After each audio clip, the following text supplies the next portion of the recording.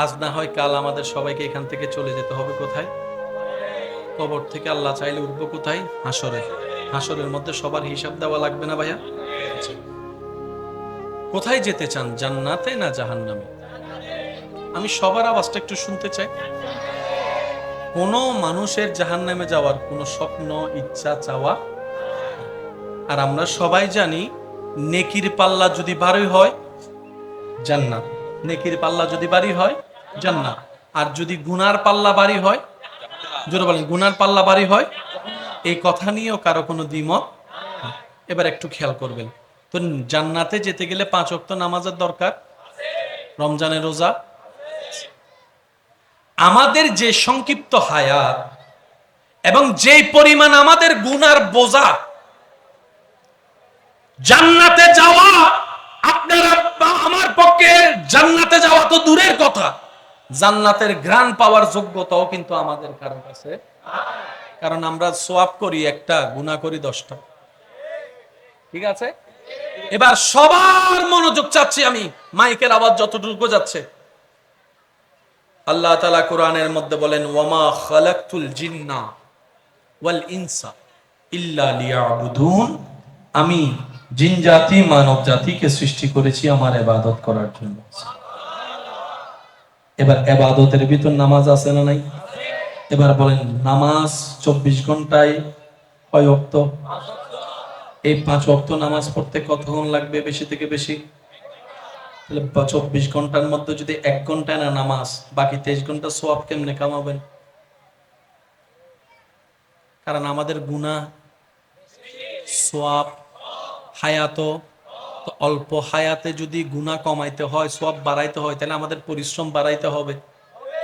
তাহলে আমরা নামাজে পাচ্ছি মাত্র, জোরে বলেন না, রমজানের রোজা বছরে কয় মাস?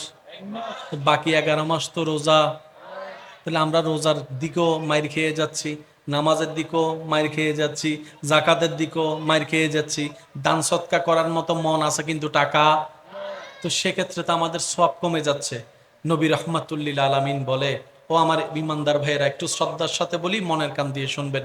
আমার নবী, আপনার নবী, রাহমাতুল্লিল আলামিন নবী, উম্মতের কান্ডারি নবী, কাল হাসরের ময়দানে সুপারিশকারী নবী, আল্লাহর হাবিব নবী, ইমামুল আম্বিয়া নবী, আল্লাহর প্রিয় নবী রহমাতুল্লিল আলামিন আল্লাহকে বলছেন, আল্লাহ আমার উম্মতের তো হায়াত কম, হায়াত কম, আমার উম্মতের তো হায়াত কম।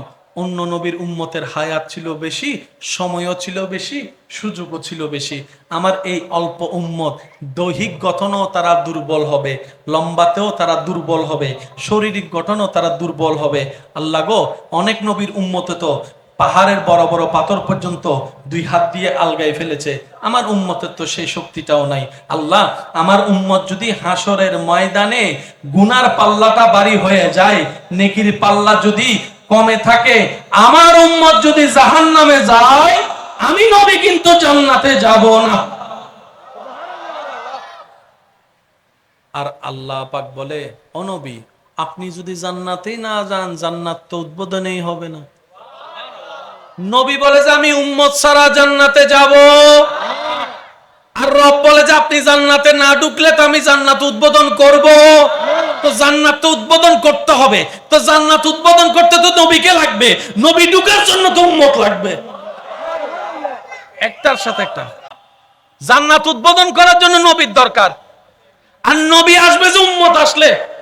কিন্তু উম্মতের তো সওয়াবের তুলনায় গুনাহ, জোরে বলেন না, সওয়াবের তুলনায় গুনাহ। তাহলে গুনাহগার উম্মত তো জান্নাতে যেতে পারবে না। আল্লাহ আমাদেরকে বাঁচানোর জন্য এমন সিস্টেম করেছেন নবীর উসিলায়। আপনি আমি যদি আজীবন রবের দরবারে সিজদা, শুকরিয়া সিজদা দিয়ে থাকি, এটার হক আদায় করা সম্ভব নয়। আসুন আমি শুধু বলার চেষ্টা করি, আপনারা নিবেন। সওয়াব বাড়ানো লাগবে নাকি কমানো? নবী বলে যে, আল্লাহ আমার উম্মত 24 ঘন্টার মধ্যে 1 ঘন্টায় না নামাজ, আর বাকি 23 ঘন্টা তো সওয়াব কামানোর কোনো সুযোগ নেই। রব বলে যে, হাবিব আপনি চিন্তা করিয়েন না, ওয়ালা সাওফা ইউতিকা রাব্বুকা ফাতারদা, আমি কাউকে বলি নাই, আপনি নবীর ব্যাপারে বলেছি। ইন্না আ'তাইনাকাল কাউসার আমি কাউকে দান করিনি, আমি রব আপনি নবীকে দান করেছি। ওয়া মা আরসালনাকা ইল্লা রাহমাতাল লিল আলামিন আমি কাউকে বলিনি, আপনি নবীকে বলেছি। ওয়ালাল আখিরাতু খায়রুল লাকা মিনাল উলা আমি কাউকে বলি নাই, আপনি নবীকে বলেছেন। হাবিব, আপনার চেহারা আমি মলিন হতে দিব না, আর আমি জানি আপনাকে হাসি কিভাবে ফুটাইতে হয়। আপনি নিজের পরিবারের আনন্দে না হাসলেও উম্মতের আনন্দে ঠিকই হাসবেন। উম্মতের উপকার হলে আপনি নবী হাসবেন। আমি রব জানি আপনি উম্মতওয়ালা নবী। সুবহানাল্লাহর জোরে। এবার আল্লাহ তাআলা বলে, হাবিব আপনার উম্মতকে জানাই দেন 24টা ঘন্টার 1টা ঘন্টা নামাজ, বাকি 23 ঘন্টা। 23 ঘন্টার ভিতরে 8 ঘন্টা, 9 ঘন্টা, 10 ঘন্টা চলে যায়। একটু জোরে বলেন, আরো জোরে বলেন। আল্লাহ পাক বলে, হাবিব আপনার উম্মতকে জানাই দেন এই 8 ঘন্টা, 9 ঘন্টা, 6 ঘন্টা, 7 ঘন্টা তারা যে ঘুমে থাকবে, এই ঘুমটাও তারা চাইলে সোয়াবের মতো বানাইতে পারে। তাদেরকে বলে দেন আপনার নিয়ম অনুযায়ী ওযু করে যেন তারা ঘুমায়, ওযু করে তারা যেন ঘুমায়। সুবহানাল্লাহ। তারা যেন ওযু করে ঘুমায়, ওযুর নিয়ম করে দোয়া পড়ে সুন্দর করে ঘুমায়। আপনার উম্মত ওযু করে ঘুমের নিয়মে সুন্দর করে ঘুমাবে। প্রত্যেকটা নিঃশ্বাস ঘুমের ভিতরে আমি আল্লাহ নেকির খাতায় তুলে দিব, নেকির খাতায় তুলে দিব। সুবহানাল্লাহ। নেকির খাতায় তুলে দিব। রব্বুল আলামিন বলে, হে হাবিব আপনার উম্মতকে জানিয়ে দিন তাদের ব্যবসা করা দরকার, ব্যবসাটা যেন আপনার সুন্নত মোতাবেক করে, হাঁটাটা যেন আপনার সুন্নত মোতাবেক হাঁটে, বসা যেন আপনার সুন্নত মোতাবেক বসে, খাওয়া যেন আপনার সুন্নত মোতাবেক খায়, কথা যেন আপনার সুন্নত মোতাবেক করে, মা বাবার চেহারার দিকে যেন মায়ার নজর দিয়ে তাকায়, তাদের বসা যেন আপনার নবীর সুন্নত মোতাবেক হয়, বিবাহ শাদী যেন আপনার নবীর সুন্নত মোতাবেক হয়, অনুষ্ঠান যেন আপনার সুন্নত মোতাবেক হয়, হাঁটাটা যেন আপনি নবীর সুন্নত মোতাবেক হয়, বসাটা যেন আপনি নবীর সুন্নত মোতাবেক হয়। সুবহানাল্লাহ, সুবহানাল্লাহ, সুবহানাল্লাহ। যাওয়াটা যেন আপনি নবীর সুন্নত মোতাবেক হয়, কথাটা যেন আপনি নবীর সুন্নত মোতাবেক হয়। কেউ কারোর সাথে দেখা হলে যেন সালামের সুন্নতটা সালাম দিয়ে আদায় করে নেয়, আপনার সুন্নত মোতাবেক হয়। ও নবী নামাজ পড়বে 1 ঘন্টা, বাকি 23 ঘন্টা যেন তাদের জীবন কর্মটা আপনি নবীর সুন্নত মোতাবেক যদি তারা করতে পারে 24টা ঘন্টায় ইবাদত হয়ে যাবে। বলি সুবহানাল্লাহ। এবার মুসলমান দেখা হওয়ার পরে আপনারা কি দিলেন? সালাম দিলেন। সালাম দেওয়া এবং উত্তর দেওয়ার কারণে সোয়াব, বলেন না সোয়াব বাড়ে, সোয়াব। তো জান্নাতে যেতে গেলে সোয়াব বাড়াইতে হবে, গুনাহ, এই গুনাহ কমাবো কিভাবে? এবার আল্লাহ তাআলা বলে আপনার উম্মতকে বলে দেন তারা যেন একজন আরেকজনের সাথে মুসাফা করে। 2 হাতে মুসাফা করার সাথে সাথে তাদের হাত আলাদা হওয়ার আগে আমি আল্লাহ সগীরা গুনাহ মাফ করে দিব। তাহলে গুনাহ মাফের সুযোগও আছে, সওয়াব বাড়ানোর সুযোগও আছে। এটার নাম ইসলাম। এটাই হলো নবী রাহমাতুল লিল আলামিনের উম্মতের শান। গুনাহ, সওয়াব, এরপরও যদি কেউ হাসরে আটকায় যায়, এরপরও যদি কেউ হাসরে আটকায় যায়, নবী বলে যে উম্মত টেনশন করিস না, আমি আছি তো। শুনি নাই, আমি আওয়াজটা আরো বড় লাগবে। উম্মত টেনশন করিস না, আমি নবী আছি তো। এদিকে হিসাব শুরু হবে, এদিকে আল্লাহর হাবিব নবী রবের দরবারে সিজদায় পড়ে যাবে। আর একটু জোরে বলি, সব দিকে হিসাব শুরু, আমাদের নবী সিজদায়। আল্লাহ পাক বলবে, হাবিব আপনি কান্না করছেন কেন? আজকে তো আপনার কান্না করার দিন না।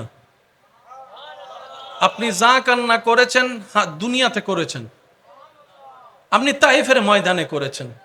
আজকে আমি রব আপনাকে এখানে কান্না করতে দিব না। কেন কান্না করছেন? কেন আপনি সিজদায় পড়ে আছেন?